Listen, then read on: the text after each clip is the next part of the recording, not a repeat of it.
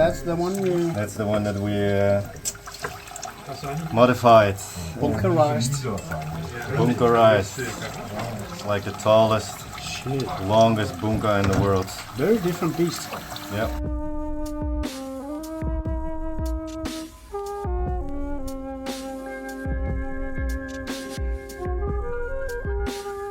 Would you look at this thing? It is now a completely different beast. This is like a super oversized bunka, or this is probably the tallest Gyuto Kiritsuke that I've ever seen. If you ever seen a taller K-tip Gyuto, I would like to see the proof. I can't wait to start using this knife, and I'm gonna have a lot of fun with this.